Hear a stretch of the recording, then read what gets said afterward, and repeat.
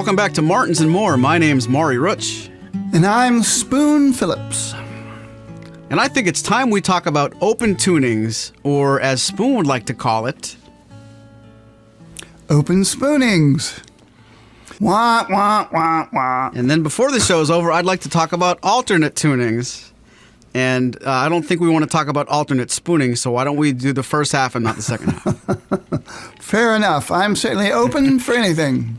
Very good. I want to say thank you very much to everybody watching. This episode's brought to you by our Patreon members. Join our growing community and enjoy early access to every episode, backstage content, exclusive videos, and more. We appreciate you. I would like to begin by quoting my hero, Carl Sagan, who said, it's very good to have an open mind, but not so open that your brains fall out. Makes me rethink some of my decisions. Not going to say anything after that? That's going to leave it there? Okay. No, that was it. That was it. Well, let me ask you, before we get into this, do you use open tunings and as opposed to alternate tunings, and why and when did you start doing that? I was going to flip that question back at you a slightly different way, but I'll answer yours. I do, in the last 2 years, I bet you I've actually experimented more with that than I have ever before. Probably the very first time I've ever really done it, my introduction to what it would be called in open tuning, open E, I'm a little embarrassed to say it was probably the early 90s. The Black Crowes' She Talks to Angels was the first song that I combination understood it was open E and tried to learn it. Like I actually took my guitar, tuned it up that way, and tried to learn that kind of song. That was probably the first time that I took the knowledge of it and applied it and tried to do it. Not that successfully. I've never learned it proper, but I know now, obviously going far past 1990, 1991, a lot of the music I listen to, let me answer that two different ways. A lot of the music I'm listening to and have been listening to for the longest time, I now know some of that was open tuning, but there were some instances as recent as this year or late 2023 where I finally saw the right video and the right angle on a YouTube concert and recognized, that's open tuning as well. So it certainly deserves its own conversation, and we'll touch on a lot of different things as the show goes on. But that was probably my first. And to answer, I do a little bit of it, but not a whole lot. I know you do, but can I ask you before I forget that part of it? What was your first introduction? Like, what was the first open tuning you played with? Well, first of all, let me mark that song off the list of the songs I was going to talk about. But, well, when I was a kid, my brother came home with, I think he got it at a secondhand store, the David Crosby songbook. And I was just barely playing guitar at this time. But he knew that I liked David Crosby and Crosby, Stills and Nash. And when I say barely playing at this time, I mainly used it to cut it up and use the pictures and put them on the wall, but the various photographs. But no, I did try to learn some songs, and also this was my introduction to tablature. I didn't, a lot of people don't realize tab's been around forever, and so we're going back into the early '70s when I got this thing, and it has tab. It has the full sheet music, but it also had a very, very detailed tablature that went along with it. And so I tried to make the chord shapes. It also had the chord shape boxes. And I tried to make the chord shapes, and the songs I was trying to play sounded horrible. It sounded like when you purposely make up a terrible sounding, chord voicing that sounds like a train wreck. Because I didn't realize those songs were in alternate tunings. And it took me a while to realize up at the top when it said, the D, G, A, whatever, that was how you were supposed to tune the guitar. So that's when I first discovered the concept of it. But really it was many years later before I realized just how many popular songs and artists that I followed actually used open tunings, which I never even occurred to me. And with the exception of Little Martha, that was probably the first first time it was obvious when I saw somebody tune their guitar and play Little Martha. Oh, wow. Yeah, and it's funny. You bring that story up about Crosby's songbook, and I think I've said this before, at least on one conversation. I remember my first introduction to reading chords listed on a lead sheet or a sheet music, and where now, in my adult life, I know that when it says D/A, that's a D chord with A in the bass, and I know a lot of you guys listening know that too. Back then, I thought it was D or A, which, you can choose which one you want to play. So, that didn't sound right at all. Why would they pick those two, and why would you be able to, whichever one you want? So if anybody else out there either has or is currently looking at that and thinking that's what it means, I was foolish about it first. And I was so psyched to find out what it really means, Personally, I find that hilarious. So I'm glad to know that. No, I didn't. I thought it was the opposite. I thought it was use your pinky, because you see how people will do that. Sometimes will add a note. Like I just remember the A, which you first learn with 3 fingers. Then basically the open chord of A, how other people play it with the pinky on the 5th fret. And I thought that probably referred to something like that. So I think I was a little closer to the reality of it, but I was picturing it being about the treble. And also I didn't know whether it was the D chord with A or the A chord with D. Same sort of thing, so you just experiment. I'm going to look at something here real quick because I don't know why I didn't learn this before, but I found out that if I go to YouTube and I put on, let's say, one of their videos of a coral reef and turn the sound off and just have it shrunk down in the corner, it keeps my screensaver from coming on my computer. And I don't know why I never understood that or never figured that out before, but that's what I'm going to do right now, because I have to use my monitor as a light, since we're doing video, for people to actually have enough light to see me. And so I'm going to do this in 1 second. Okay, here. Now I have some nice little fish down in the corner, like a nice little aquarium, and it'll keep this, because I use a television as my monitor, and the thing will just keep shutting off on me. So, speaking of aquariums, we're not fishing for more Patreons, but if we could get one light for Spoon, or teach him how to go into the settings on the computer and make the screensaver start later, that's another way to do it. But that's not my business. That you studios. Yeah, no, studio. it isn't the screen. It's the television. That's the issue, not the computer. And so I use a big television for my monitor, which is giving me what's most of the light on my face. For those who are listening to this as a podcast, you may not know that we have people who get to see this as a video, if they are in fact members. So think about it. Consider it. The possibilities are endless.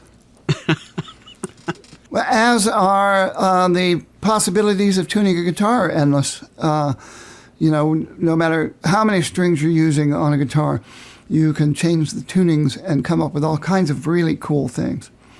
My friend Chris Rail, who had a band called Church of Betty for many years in New York City, and other bands, came back from Europe with a Portuguese guitar. And he had no idea what it was. He just thought it was cool and had no idea what the proper tunings were. So I sent him an email explaining about the Portuguese guitar and how you tune it. And he said, thanks, but I don't care about that. I'm making up my own tunings.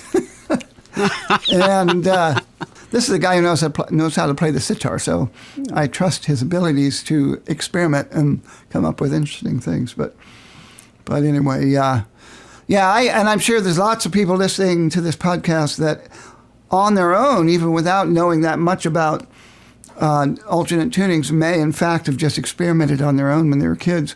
The moment you learn how to tune the guitar, so you're playing a open chord without having to finger anything, is the moment you can suddenly feel like you can make music that sounds pretty without having to know a lot about the fretboard. And there's an awful lot of popular songs in rock and roll and blues that do exactly that. Let me circle back a moment. You mentioned Portuguese guitar. I wonder how well you and I know each other, and if we could finish our sentences. If I tell you that we should count backwards from 3 and name the guitar player that you think of immediately when you say that, it would be 3, 2, 1. Steve Howe. Lawrence Juber. Ooh, I didn't know that. Really? Wow. But, well, maybe not. He doesn't tend to use open tunings. He uses alternate tunings. But, so what are you thinking about Steve Howe? What Steve Howe song are you thinking about that is in an open tuning? Well, correct or incorrect, when I heard you say Portuguese guitar open tuning, I think it's the... I'm sorry. I thought you meant open tunings. Oh, well, let's go backwards to that. All right, backtrack. 3, 2, 1. Steve Howe. Now, I can't be that kind of person and be really, the trickery is off the charts. We just tried that and failed 2 minutes ago. But what I wanted to ask Spoon was, when you think of Portuguese guitar, open tuning, don't you immediately think of that Yes song, Seen All Good People? That's what I think of. That's funny you should mention that. Maybe if you'd asked me that 25 years ago, I would have said yes, but I haven't heard that song in a long, long time. Though I did discover... I guess a Yes anniversary, reunion gig someplace on YouTube that was really super enjoyable, which then got me into a deep rabbit hole of watching live Yes videos. But that was like in the middle of the pandemic. So that's interesting. Like I said, that's a very good point. I forget about the amount of open tunings and alternate tuning songs out there. So here's one. When I mentioned it, doesn't matter how many strings you have on your guitar, that you can do open tunings and alternate tunings. Who can you think of out there among the rock elite who was famous for not always playing with 6 strings on his guitar for the purposes of open tunings? I'm going to say Keith Richards, but can I actually admit something? I didn't know that was a fact until about a year ago. No kidding. Yeah, he would often leave off he always has at least one guitar on stage that doesn't have a low E string on it. And so that he's got an A at the bottom, his bass note's an A, or the A string anyway, which he may tune down to G. I'm not exactly sure. Off the top of my head, I can't remember which tunes, but I'm pretty sure Brown Sugar's one of them. And maybe Honky Tonk Women, or maybe each of those, or both of them, or one of them, I forget now. I'm sure we're going to get scolded by our listeners who remember all that stuff inside and out. But yeah, he basically, plays bars and then does hammer-ons and pull-offs all around on the bars, but it's primarily playing bars, bar chords, not in bars, and also Jackson Browne. All the time I grew up playing Jackson Browne nonstop, going to see him in concert and all that stuff. I didn't realize that he was using open tunings, as often as he does. And you reminded me of that when you do some of his tunes, like You Love the Thunder. And what else does he do that with that you can think of? I know he's good for that, and Call It Alone. Running on Empty is open A, which I never would have, like hearing it, I would never pick apart that guitar part. And frankly, we'll get into this in a minute, but think, why does it have to be? But I saw an old 1977-ish Saturday Night Live clip of them playing, and he's clearly playing chord, and then like playing the A without touching the strings. But it's Running on Empty. Well, You Love the Thunder is open E, if I remember correctly. Something Fine was my introduction to taking the A string and dropping it down to G. And I saw that tablature in a guitar store 20 years ago, and I thought, oh! Now it makes perfect sense, because you try to play that song without doing that, it's very, very... impossible is the wrong word, talking about people like Lawrence Juber, but that's an alternated version of the regular, 6 strings with one different. I'm sure there are more. I think he's got a few that might be open E flat, but I don't think of him as somebody like Steve Howe from Yes. I don't think of him as an El McMean, or I'll spend all these names early. I don't want to get too far down the show, but I don't necessarily hear his music on the recordings and immediately say, aha, that's something you really can't do in standard tuning, so I see why. And remind me to bring that up before we get too far, I want to ask you the thought process. Do you go to open tunings? Well, why do you? Would be one of my questions later. But he's got some. I'm sure he has more than I would even say I currently Well, I knew know this year, I for just instance. have known you to do that, to play his songs with those open tunings. Something Fine Is, of course, was always that's been a favorite song since I was too young to relate to it, and I used to wish I was old enough to relate to it. And even though, of course, he was barely out of his teens at the time he wrote it, but it wasn't until I was in college and I saw a guy at an open mic do it and showed me what he was doing, and dropping the A down to G, which then gives you it changes the harmonics and makes a very harmony oriented tune, which can be very important when you're performing by yourself. As far as me personally, I was playing around with alternate tunings because of that David Crosby book. By the time I was really playing the guitar in college, in the dorms and stuff, I started doing Neil Young songs. So he does a variety of songs in double drop D, where you just take the two E's down. And for people who are not familiar with we should have said this early on, people not familiar with the term open tunings, like open D, open E, is you're basically changing the strings so that it makes a major chord or a minor chord. And so exactly what you're saying. So when he's playing Running on Empty, he hits that A. Those are all open strings, which gives you a very big, powerful sound. But I'm definitely going to look up that video. I never saw them on Saturday Night Live, so that's really cool. I'll have to seek that out, because that was either the Running on Empty tour or the one right after it. So it was still Lindley and Craig Dougherty and Korchmer and all those guys. Do you remember? Yeah, I think Leland Sklar's beard doesn't have one piece of gray in it, if I remember seeing right, which doesn't sound possible. Yeah, a friend of mine saw him on something recently. Oh, it was the Carole King, James Taylor show from the Troubadour. She said, "Who's that?" And I said, "Oh, that's Leland Sklar." And she was like, "Who?" I said, "Leland Sklar. He's a bass player." And Russ Kunkel was drums. And of course, Russ Kunkel's the complete Mr. Clean, skinhead now. And so I showed her pictures of them from that era, when they were all both really hairy and young. But oh yeah. But so I started experimenting with that, and I think one of the very first things I ever came up with was that wasn't somebody else's tune, and when I was beginning to fingerpick was the progression that eventually evolved into my song Seven Pistols. So I had that floating around for years before I knew what I wanted the song to be about, but I never, it took me years and years and years to actually really codify the lyrics and all that. And I just had fun playing around with it. And I used to try to play with slide back in those days. I kind of gave that up, which I regret, but I was using open D to basically, play slide licks with, which is another reason a lot of people use them. Duane Allman always would always have a Les Paul in open E and another one in open G, to play his slide stuff, but then would also, play in standard tuning when he wasn't playing slide. So and there is a difference. Open tunings are much easier. They're very modal, so you have to really, you just live with how good they sound, or you have to be quite dexterous to be able to play more complicated things in open tunings as opposed to alternate tunings. And one of the best people, I think, that I've ever encountered at that is Howard Emerson. How he cross tunes, and what that means is you let's say you're playing an open D, but you play in a different key.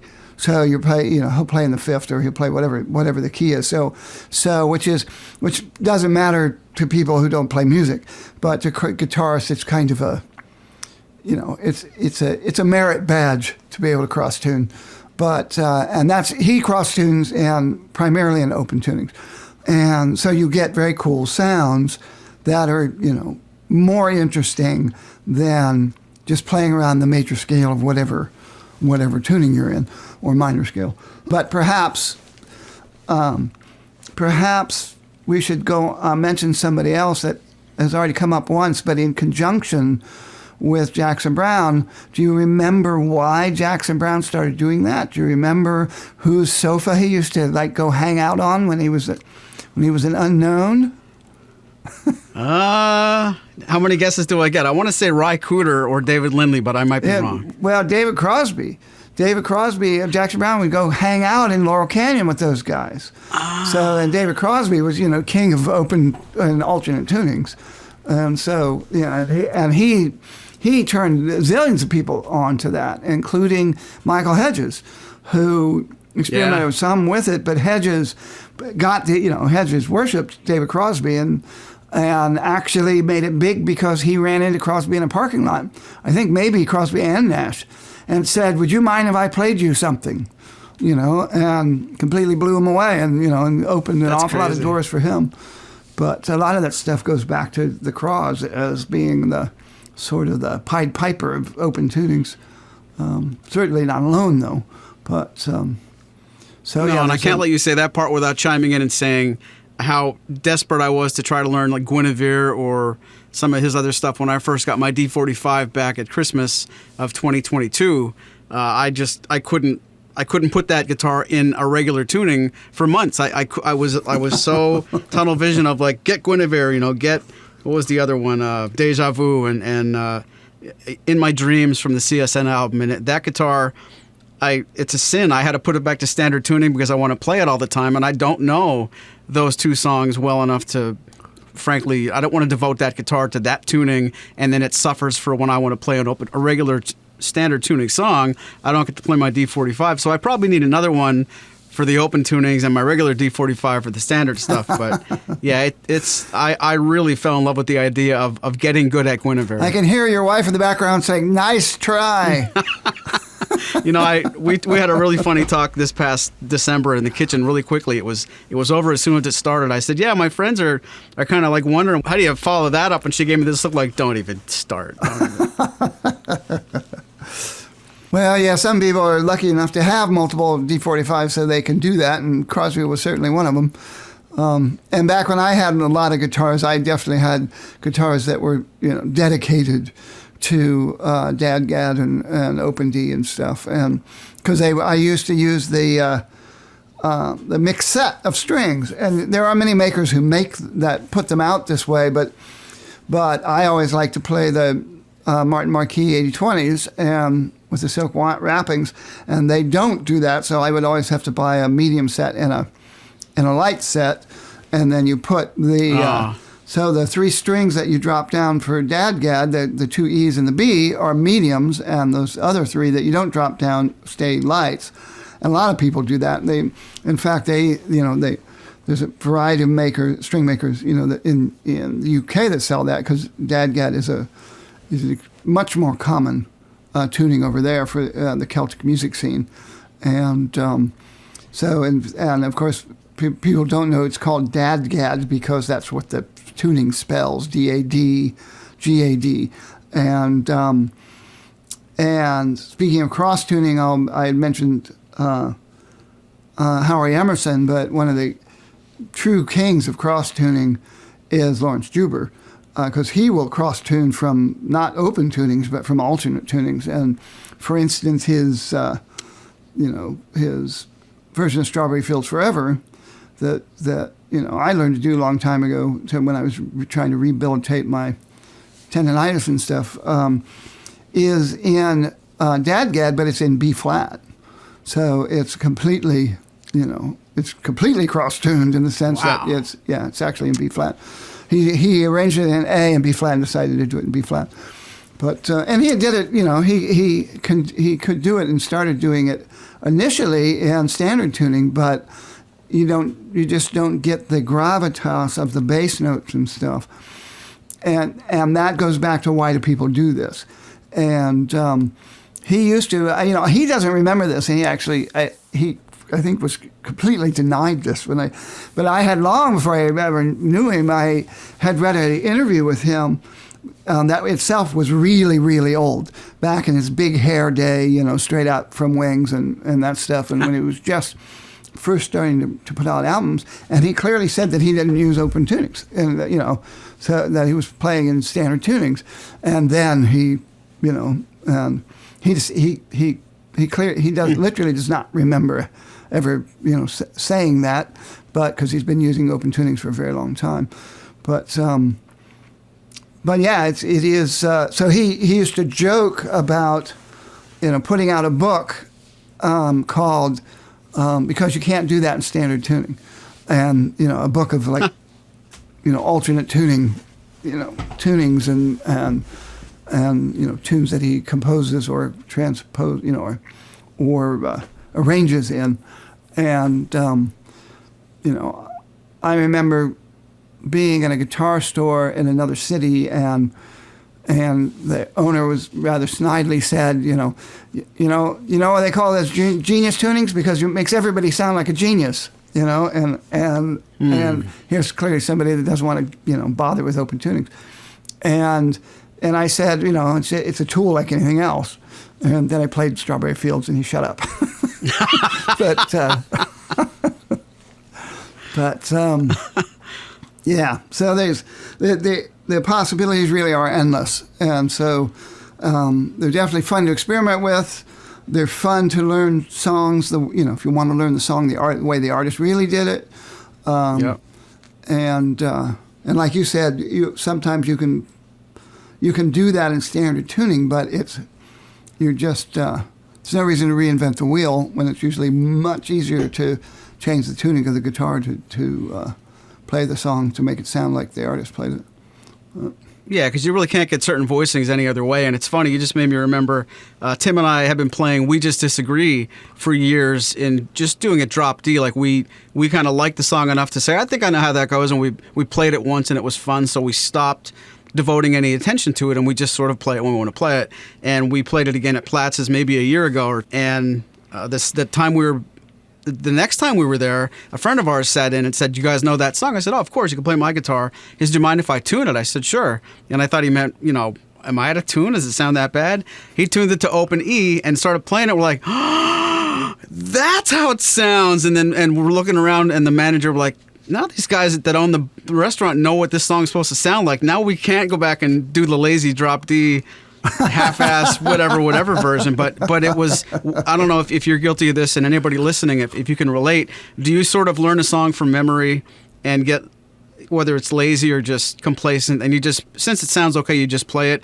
and then you hear the real version a long time after? It's such an eye-opener. Oh my God. It's like the angels sing, Circle back to something fine, because I think that exactly happened to me. You reminded me of what it can sound like, and then I actually went back to the original recording and realized I never actually learned the real intro, and I never really learned, and now I actually do, and it's actually a lot of fun to play, and I just never got around to doing it, and yeah, you can totally get away with that kind of thing where you're it's good enough, because it's, for most people listening, it's about the lyrics and the melody.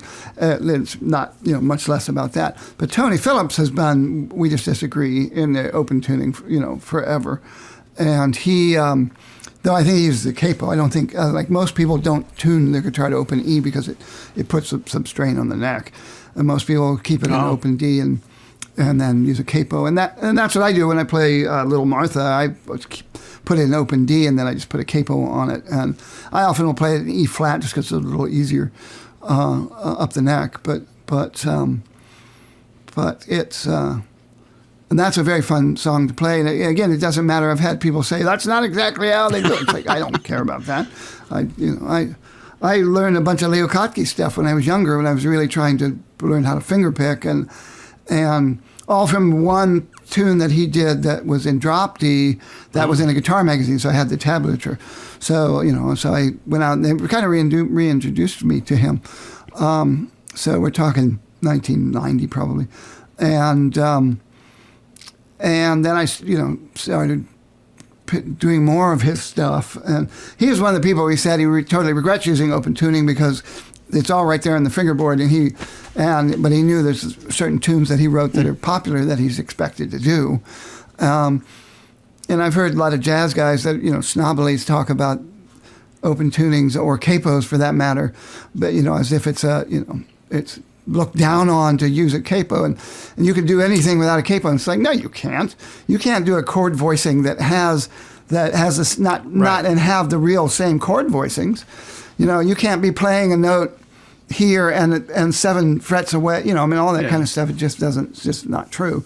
But I guess their point is that you can find inversions that do the same thing, and they just consider it lazy to not figure out your chord voicings, and not everybody can have a 6 fret stretch. When Lawrence plays Strawberry Fields, he, with his first finger and his pinky, he basically can play the 1st and 5th fret without him thinking about it, all the way down there. I can't do that. I have to literally like leap around like a gymnast to do it. To do what he does. But it's open tunings can make things much easier or even possible. But it also does help if you can do an awful lot with. If you're an artist and you're very good at playing the guitar, not only can you do interesting things with open tunings, but you can do really, incredible things. Let's see. Let's jump to another. Let's see. Go ahead and come up with another, like a famous song that people might not realize is an open tuning. I'll do a song. People might not know how weird the tuning is. Maybe you don't know it's open tuning, and I bet you don't know what it is. Sweet Judy Blue Eyes, when our buddy Max showed it to us, and I'm sure you saw the tuning before he showed it to me. If I remember correctly, that's E, E, E, E, B, E. Is that right? That sounds right. And there is actually, the interesting thing is that Stephen Stills didn't come up with that tuning. Somebody else showed it to him. And I can't remember who that is, but there's actually a name for it, and it's used to, I think, be named after the guy who came up with it, but I can't remember who that is right now. Is it Bruce Palmer? Yeah, it's Palmer tuning. That's exactly what it is. Good call. Thank you. Well, that's, Sweet Judy Blue Eyes. I think a lot of people are aware of that. If you've ever seen him play it, you realize it's an open tuning because he, barely fingers the chords to get those chords. But I will point out... By the way, Tim and I play that in drop D, too. Oh, do you really? Yeah, I've seen that, too. I used to have a band when I was in college that would do it in drop D just because it's mainly about the lyrics and the harmonies and the vocal harmonies and all that. How about Kashmir from Led Zeppelin? That's an open tuning tune. Okay. And what's the other one? The Rain Song? Rain Song, thank you. Well, that's even more famous. I think a lot of people know that is in open tuning. Well, but, Running on Empty. Did you know that was open A? I thought that was just standard. No, I never did because I had never tried to play it. And any time I ever saw him, I wasn't close enough to the stage to notice that. And I think I finally noticed it once that stuff started showing up on YouTube. Those videos of them in that tour live and stuff, and realizing that at times he was just using a single bar, and that's easier to do when you're in a band situation where other people can handle the bass runs and other people can fill out certain things and you on keyboards or whatnot. That makes it easier to do that. But and there's definitely other Jimmy Page tunes that are in open tuning. And you already mentioned Steve Howe.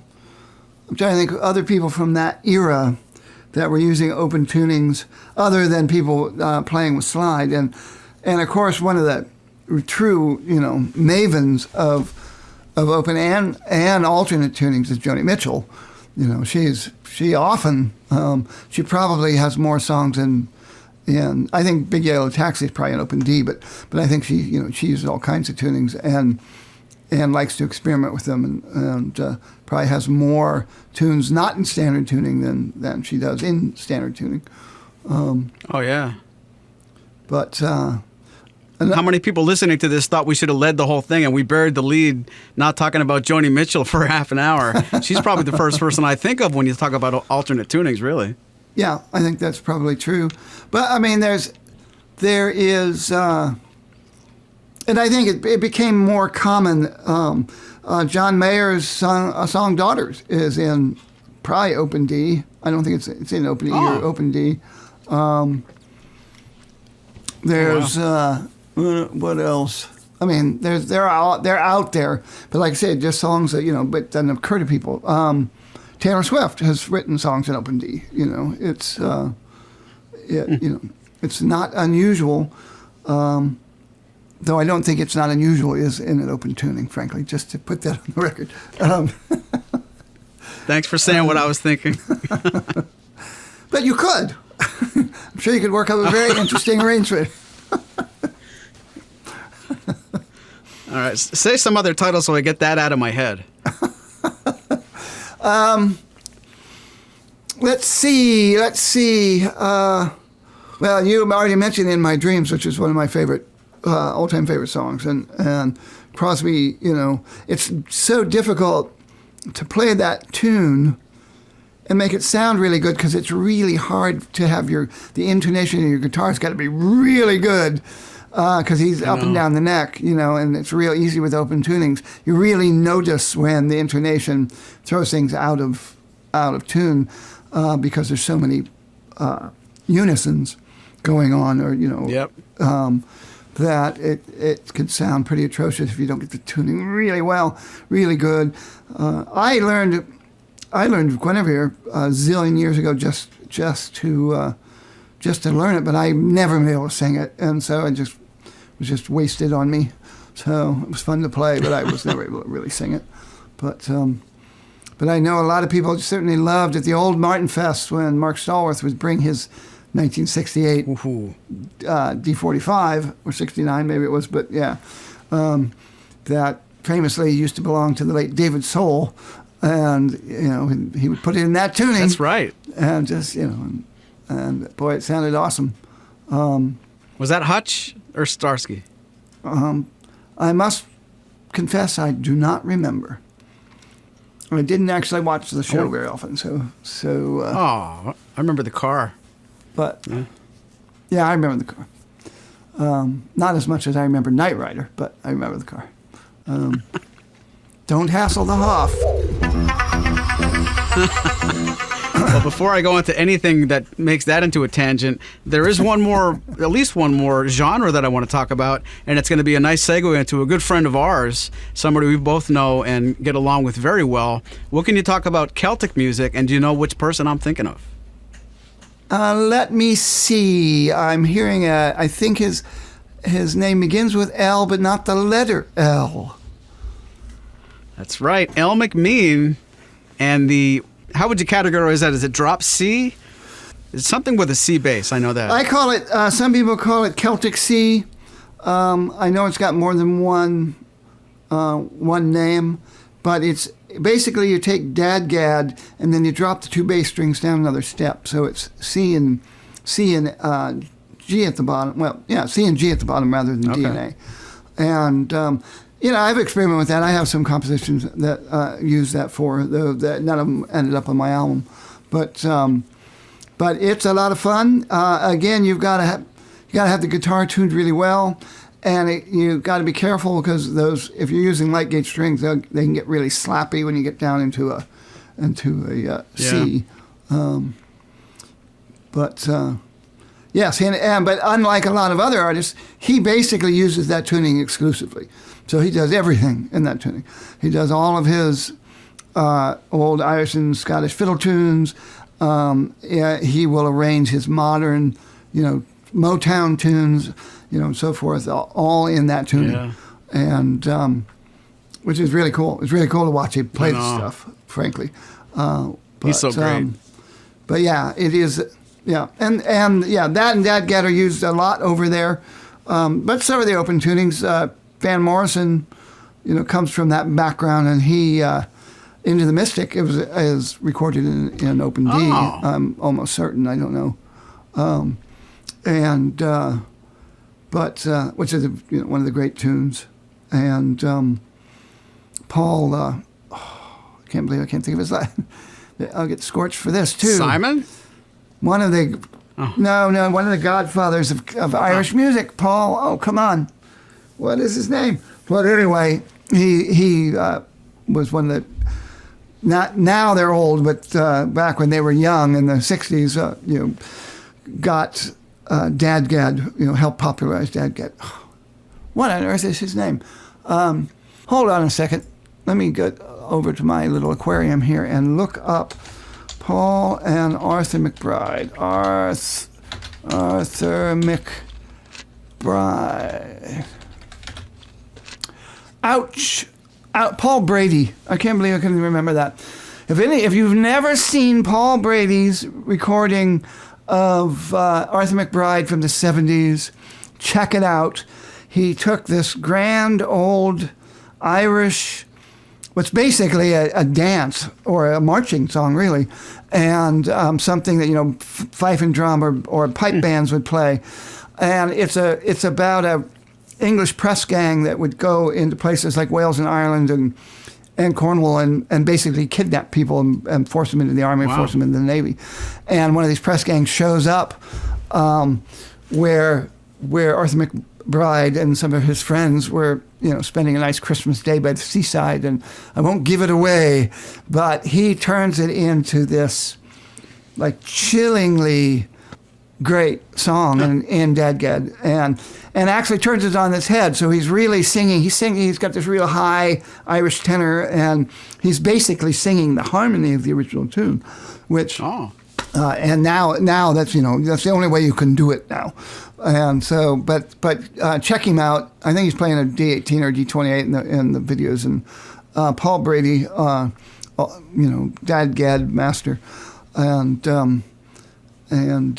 but Paul Simon, on the other hand, has used some alternate tunings, but he also uses Nashville tuning. Ah, yes. And Nashville tuning is standard tuning, but for the strings are tuned up an octave. And so it requires special strings. And he usually uses his fancy black Yamaha with all the, pearl inlay when he's in concert, or when he was in concert, when he was touring. That would typically be in Nashville tuning. Again, when you're playing with a band, you can get away with that and have this very high singing guitar sound because you got other people to take care of the lower end sound from the band. Yeah. But and somebody else, David Gilmour has used Nashville tuning, and on the wall, it's definitely on one of the tunes in the wall. I can't remember which tune it is now, but he uses Nashville tuning. So we went from Celtic to Nashville, and everybody knows that bluegrass was originally based on Celtic music. So it all comes around in the end. Want to hear a quick anecdote that makes no sense to this show? Sure. Carolyn and I, my sister Carolyn and I, we were on vacation, 10 years ago, and we tried to get the DJ to let us sing Vera by Pink Floyd, as if they're going to have the song Vera in the catalog at open mic. They're like, what? At karaoke. Do you have Vera? It's like a minute love that. 9 seconds. That. Yeah, that's a very poignant song. I said pungent, so that's a very pungent song. No, we didn't sing it. No.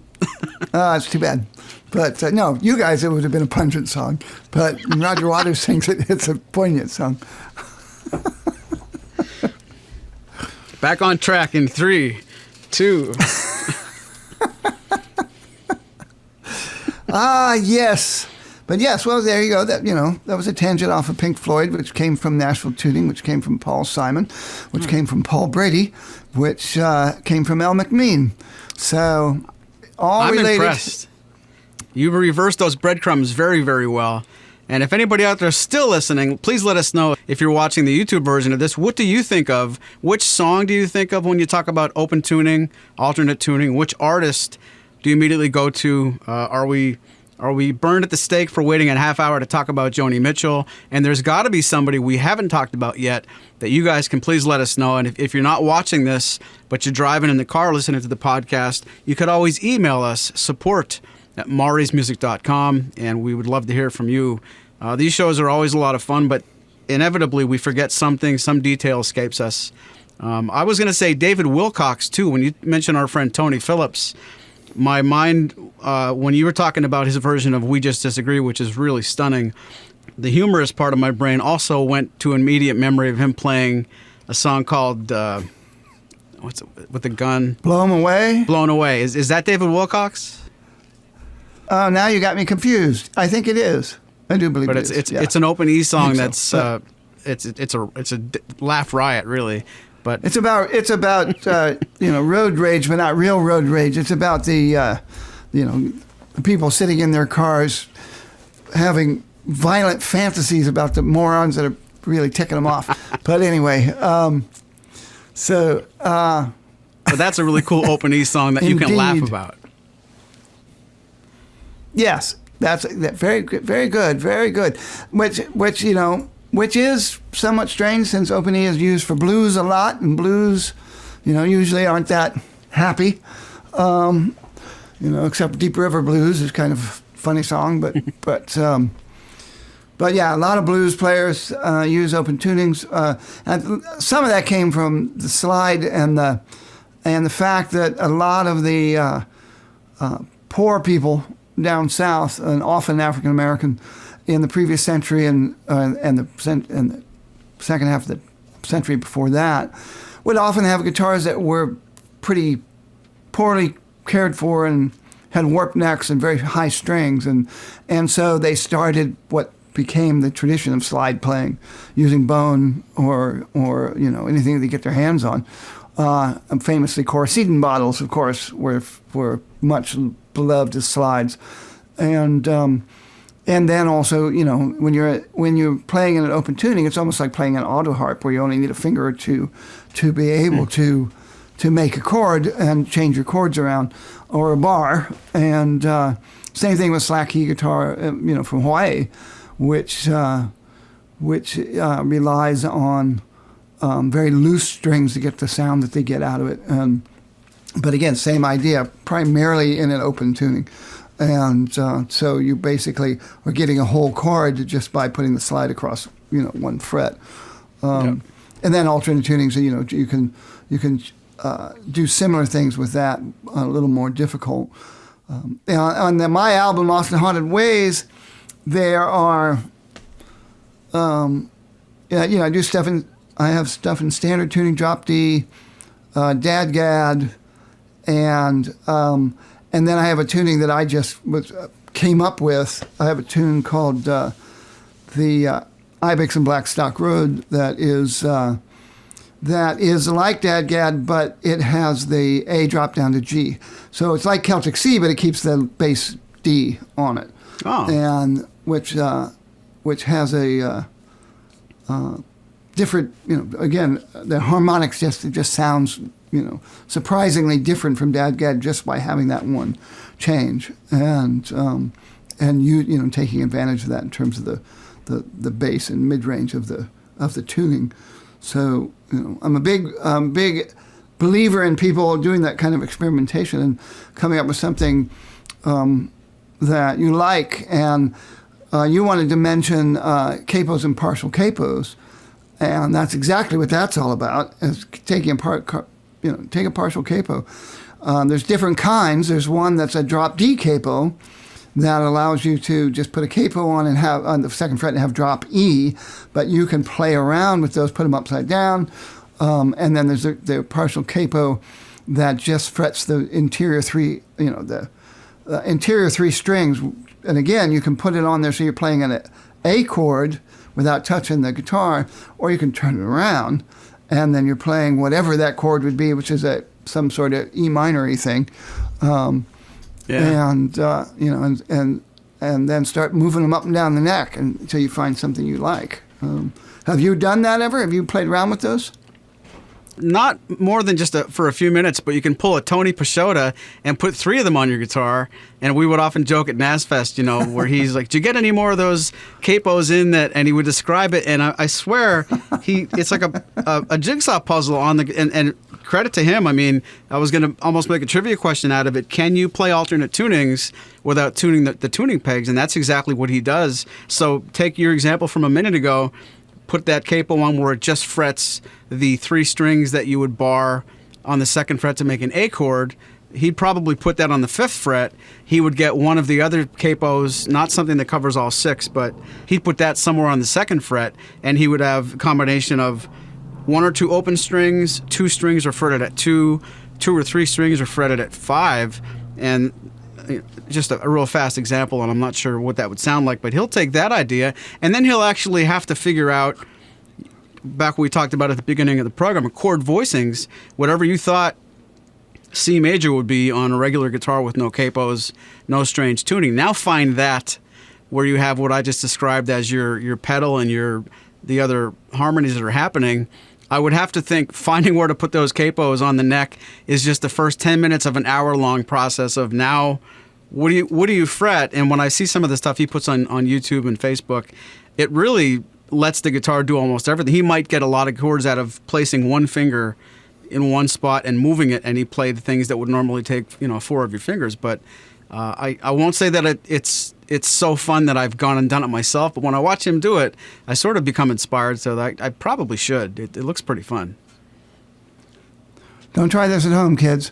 We need to say that the opinions of Maury Rutch are his alone and not to be construed as anything that Tony would recommend where it came to the descriptions of where Maury was suggesting you put your partial capos. But yes, you're actually right. And sometimes when you do that, our friend Ed Madonio does that as well. He got into doing the exact same thing.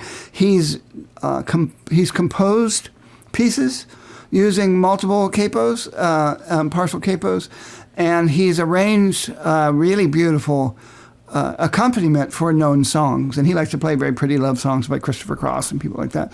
And he's taken advantage of the partial capo idea to the point of he alters his capos. He will actually cut capos, and I know there's somebody's probably going to put this in the text of the YouTube version of this. There's more than one famous artist out there, and their names are escaping me. That's their main thing, is multiple capos. And sometimes taking a capo or partial capo and cutting out the stuff so that certain strings go through unchanged. And to make all kinds of alternate tunings. And I know Ed has at least one song where he's got a capo and a partial capo and maybe 2 partial capos, and sometimes he's fingering, fretting the strings below the capos. Oh, really? And sometimes he's up above them.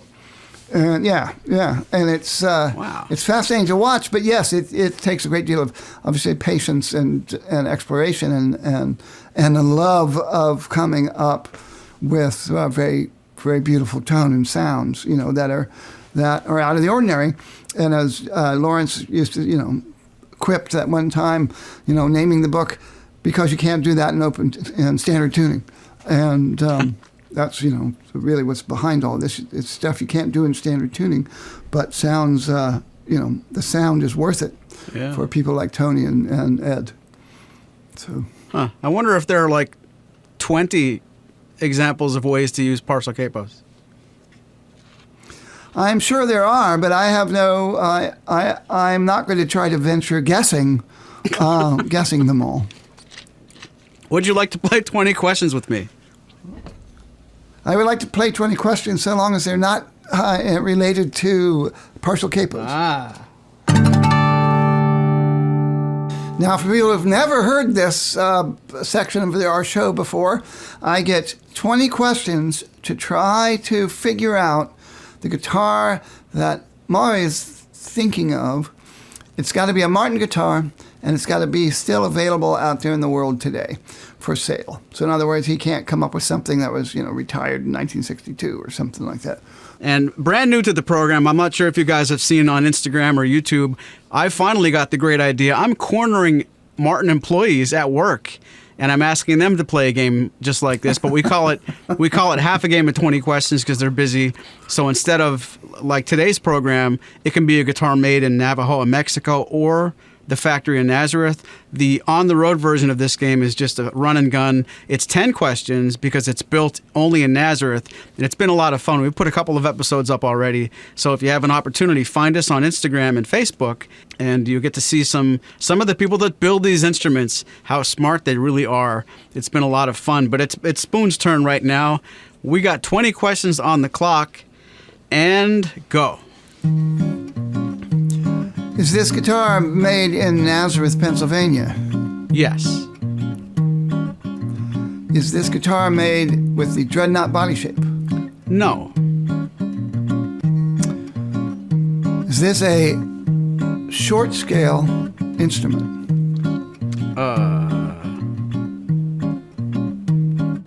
No. Is this guitar the GPC Inception Maple? No, but why would you try that again? Well, you had to look it up, so obviously not a model you're that familiar with. But if you remember last week, red herring. Is this guitar in the Modern Deluxe series? No. Is this guitar in a series? Yes. I'll give you that back. They all are.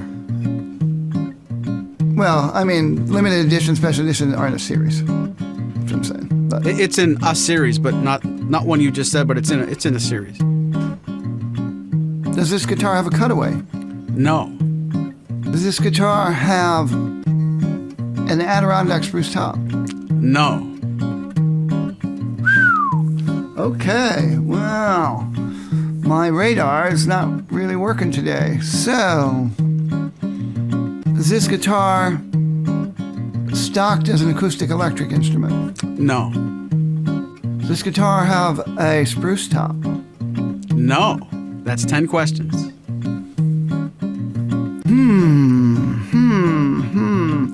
Does this guitar have 14 frets free from the body? No. Is this guitar a 0015M? No. That's a 14 fret instrument. Oh, SM, sorry. Is this guitar the 0015 SM?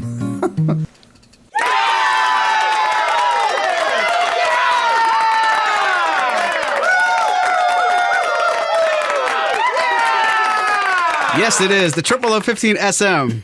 I could have got you. We talked maybe not 3 or 4 episodes ago where the nomenclature for this might eventually change to 0012-15M. And I thought I might have a technicality where the 0015 SM does and doesn't exist at the same time, but I wasn't going to go in that direction. Why don't you talk a little bit about this guitar that you just won? Well, I think, I wish. I think they'll probably be for sale out there even after they change the models. What Maury's referring to is the fact that Martin at least has threatened to change the stamps and model names of 12-fret guitars to say 0012 or 0012 dash, then the style number, and M. M being a holdover from when they weren't always made from mahogany, I guess, but the M stands for mahogany. And just like your OM28 VR, you have an OM28 VR, don't you? Yep. Yeah, which they are standing for rosewood. Okay, so this is a holdout. It's been around for a long time. It's been changed here and there, but it's a 12-fret 000 long scale guitar, as all 12-fret 000s were in the old days. And it is got mahogany backsides and top. These days, that can mean tropical American mahogany. It can mean one sort of African mahogany like Sipo or even Sapele, based on availability. But it's my understanding that they're mainly Sipo these days, which is, I think, sonically very similar to American mahogany and may even have better bass response. But you certainly get better bass response out of a 12-fret body than you do out of a 14-fret body. These have nice old-timey fingerboard, diamond fingerboards, even though you would certainly have never seen on an all mahogany model back in the 30s that way.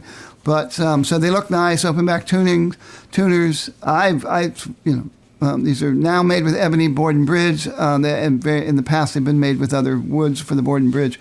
But yeah, very exceptionally comfortable. 1 3/4 inch nut, unlike the old 1 7/8 inch nuts you would have gotten on a guitar like this in the old days. So comfortable to play, really great finger picker, wonderful sustain from a mahogany top for slide. When I say sustain, I'm talking about the fundamental note sustain, not so much the dying off of the body resonance and stuff. But that gets better and better and better as that hardwood top breaks in over time. And Martin just keeps making them because people keep buying them. And so check it out, the 00015 SM. Soon to be named 0001215M, apparently. Not a bad choice for alternate tunings, too. Oh, yeah, very good point. Very good point. Yeah, they would sound particularly good in like something where you drop that bass string down to a D or a C. Very good point. Because that long scale give you a little extra string tension so you can get away with a low C. So I won it, did I? So you can send it to P.O. Box. P.O. Box, good luck. See if it ever shows up. Boulevard. Yeah, that happened to me. I fell for one of those scams where I saw something advertised too good to be true on Facebook. It was like a hoodie sweatshirt, but in the form of a football jersey. Yeah. And I thought, man, that's a really good price. So I bought one. And then I got an email saying, "Oh, we're sorry, your order was canceled. You'll have to, but it's in the mail, so you'll just have to pay for it again." And I was like, "What?" So I've been waiting now for about 4 months to arrive, so I can pay for it again. Oh boy, 6 to 8 weeks later, right? They only wrote me twice about that, about making sure that my order was canceled, so my credit card payment was canceled, so I needed to do it again, but the product was in the mail. Mm-hmm. So I'll probably be waiting for this 12-fret mahogany triplo for quite a while. Well, not only that, but if you're one of those folks that are just about on the fence, should I sign up for the Patreon? Should I get backstage access? Should I get to see the video version, the uncut video version of this podcast? If Spoon wears that sweatshirt on this program and you don't sign up, you're going to miss it. Yes, indeed. I'm not wearing my Martin sweatshirt today. This was a hand-me-down from a roommate who worked at a charter school in New York City for about 2 days and got a bunch of swag. So I got this wonderfully warm, it's almost like a mountain climber sweater, or rock climber sweater, but yeah. Oh, wow. It's chilly here in Brooklyn today. It's like classically winter. Like that Midge Hedberg joke, once I was a hot tar roofer. I hated that day.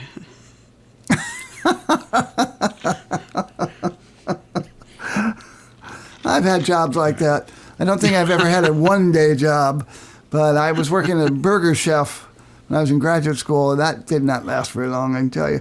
But well, one of these days we'll have to do 20 questions about our old jobs and see what we can't learn about each other. Spoon, I think it's about time. I hear the music in the distance. It might be almost time to wrap this one up. What did we forget to talk about? Maybe more importantly, those of you listening, what did we forget to talk about when it comes to open tunings, alternate tunings, and yes, partial capos? Well, I'll just say I forgot to mention Open G, which I've written tunes in as well. You guys should check that one out. I think that's a lot of fun to play in as well.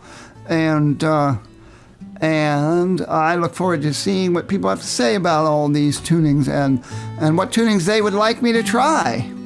So get on the YouTube version of this and pipe up or send us an email. And thanks for listening, as usual. I want to thank all of our patrons for everything behind the scenes. I want to thank everyone for all your support. From all of us at Martins and More, thanks for listening. Hear you later.